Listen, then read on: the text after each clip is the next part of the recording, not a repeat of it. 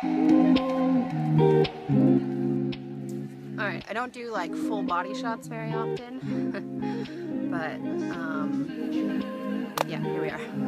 Alright, hey guys, it's Lauren here. So today I'm going to talk about weight loss and my opinion on what it is that is going to help people, my best tips for actually losing weight on a high carb vegan diet.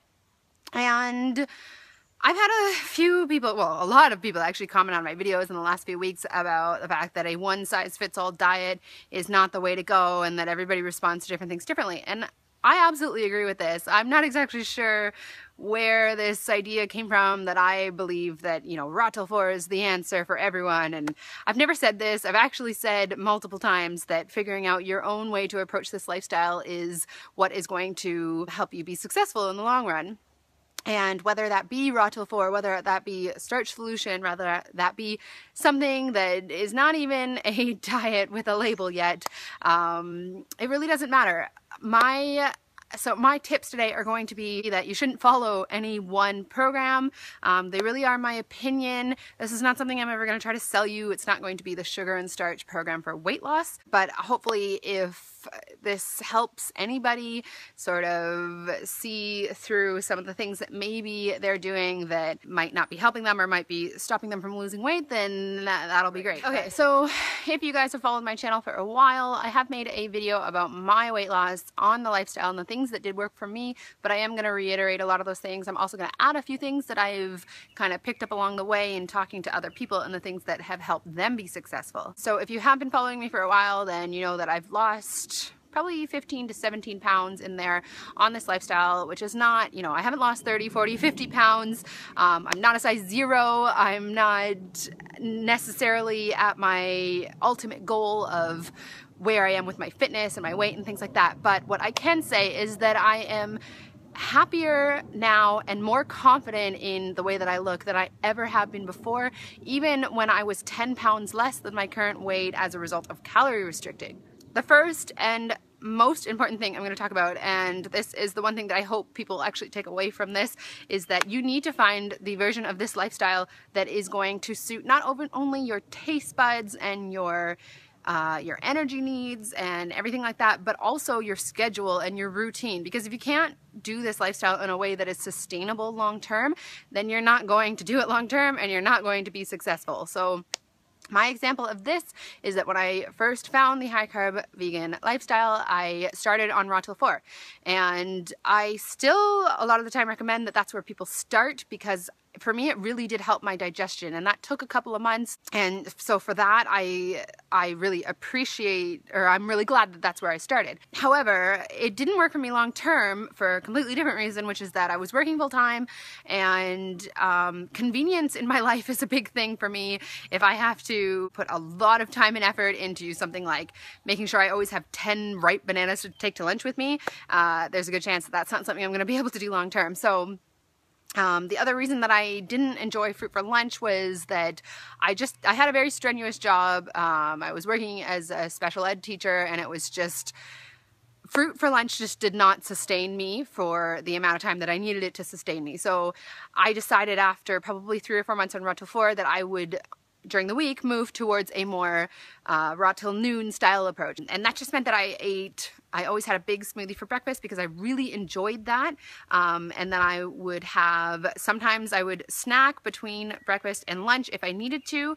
And then I would have leftover starches, or I would make pasta or whatever it was and bring that with me for lunch. And this helped me on so many different levels. It helped sustain me. It was something that I could look forward to, because I do really look forward to like a warm lunch, especially in the winter, especially when I'm working really hard. But if you're someone who has been going on raw till 4 and you really enjoy it, like you really enjoy it to the point where you're able to continue doing it forever, then that's amazing. And I actually still really do enjoy raw till 4 on the weekends, but only if it fits my schedule, my routine. Only if I go to make lunch and I think I really want a smoothie, or I really want, you know, ice cream or whatever it is.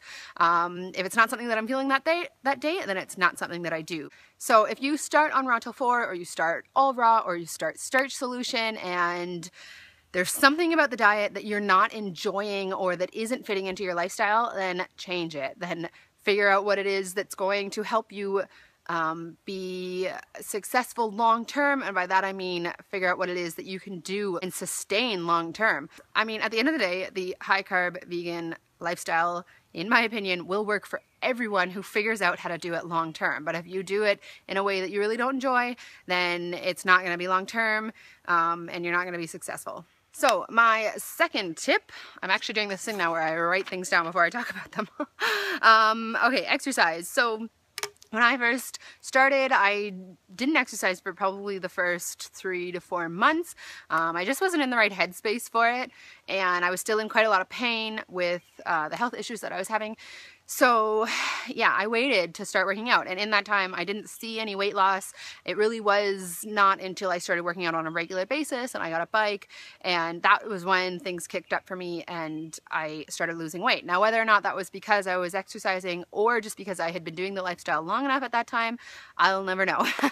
But I do think that exercise is an important piece, and I really don't think that you have to do a huge amount of exercise. When I was seeing the most success on this lifestyle is when I was doing, I was commuting to work, usually an average of 4 days a week, which was probably, oh my gosh, like 100 kilometers a week, something like that, which in my opinion is not a huge amount. That's probably about 4 hours of exercising a week, maybe less, which is easy if you exercise every other day for an hour and a half like you would at the gym. The next thing I'm going to say is if something's not working for you, if you've been on this lifestyle for a year and you're not losing any weight, or you don't have the energy that you want, definitely look at the things in your diet that aren't working for you. So I'm going to use smoothies as an example, and I drink smoothies all the time. I love them. I lost weight drinking smoothies, but I know that a lot of people don't feel that way. It really is a personal thing. I'm going to recommend a video by my friends Natasha and Luca over at their channel, That Vegan Couple. They have a great video on smoothies and why they don't drink smoothies anymore and why that was a personal choice for them. Yeah, so if there's something, you know, you're experiencing serious energy dips in the afternoon, or a smoothie just doesn't sustain you, or whatever it may be, then try switching it out for whole foods. But for me, I love smoothies.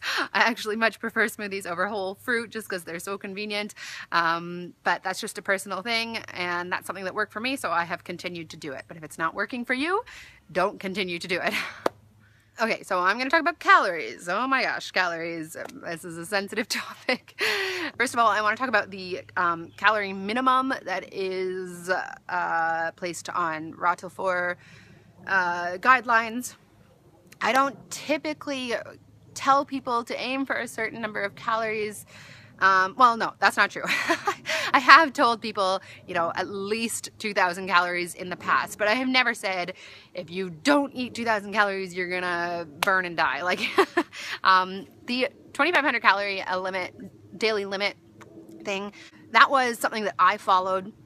That was a number that felt good to me. That was why I followed it. And it was also something that I understood as being a recommendation for those people who are exercising. So this whole thing where the 2,500 calorie a day minimum is ridiculous and then all these people are gaining weight, well, a lot of those people also aren't doing the recommended exercise that comes along with Raw Till 4 or any high carb vegan diet, really. So, I mean, I'm not going to say that if you don't eat 2,500 calories a day that you're going to fail, but I do think that calories are important if you have come from a history of under eating.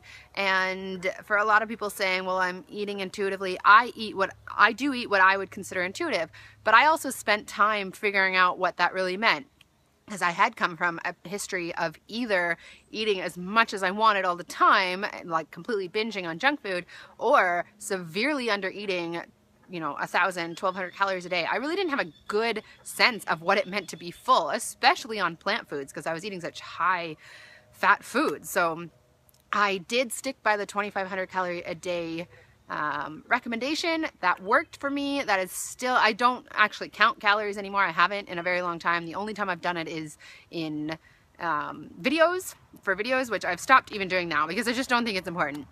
I think if you spend the right amount of time figuring out how much food your body needs, and by that I mean, you know, having energy not going to bed hungry. If you go to bed hungry, eat something before you go to bed. It's not going to, I eat, like if I'm hungry at 9 o'clock or 10 o'clock, I will eat. I don't put any time limits on any amount of food or any type of food. Yeah, so if you're going to bed hungry, you don't have the energy, or you are having an occasional binge even once every 3-4 weeks, that is definitely something to look at, because if you're not aware of the fact that you're slightly under eating, after a few weeks, even a month, 2 months, all of a sudden your body's just gonna say, okay, we're not getting enough food. We need to go for the highest density food that we can find. You know, let's go for the vegan junk food or even the non-vegan junk food. So just make sure that you are eating enough. I don't mean to stuff yourself full.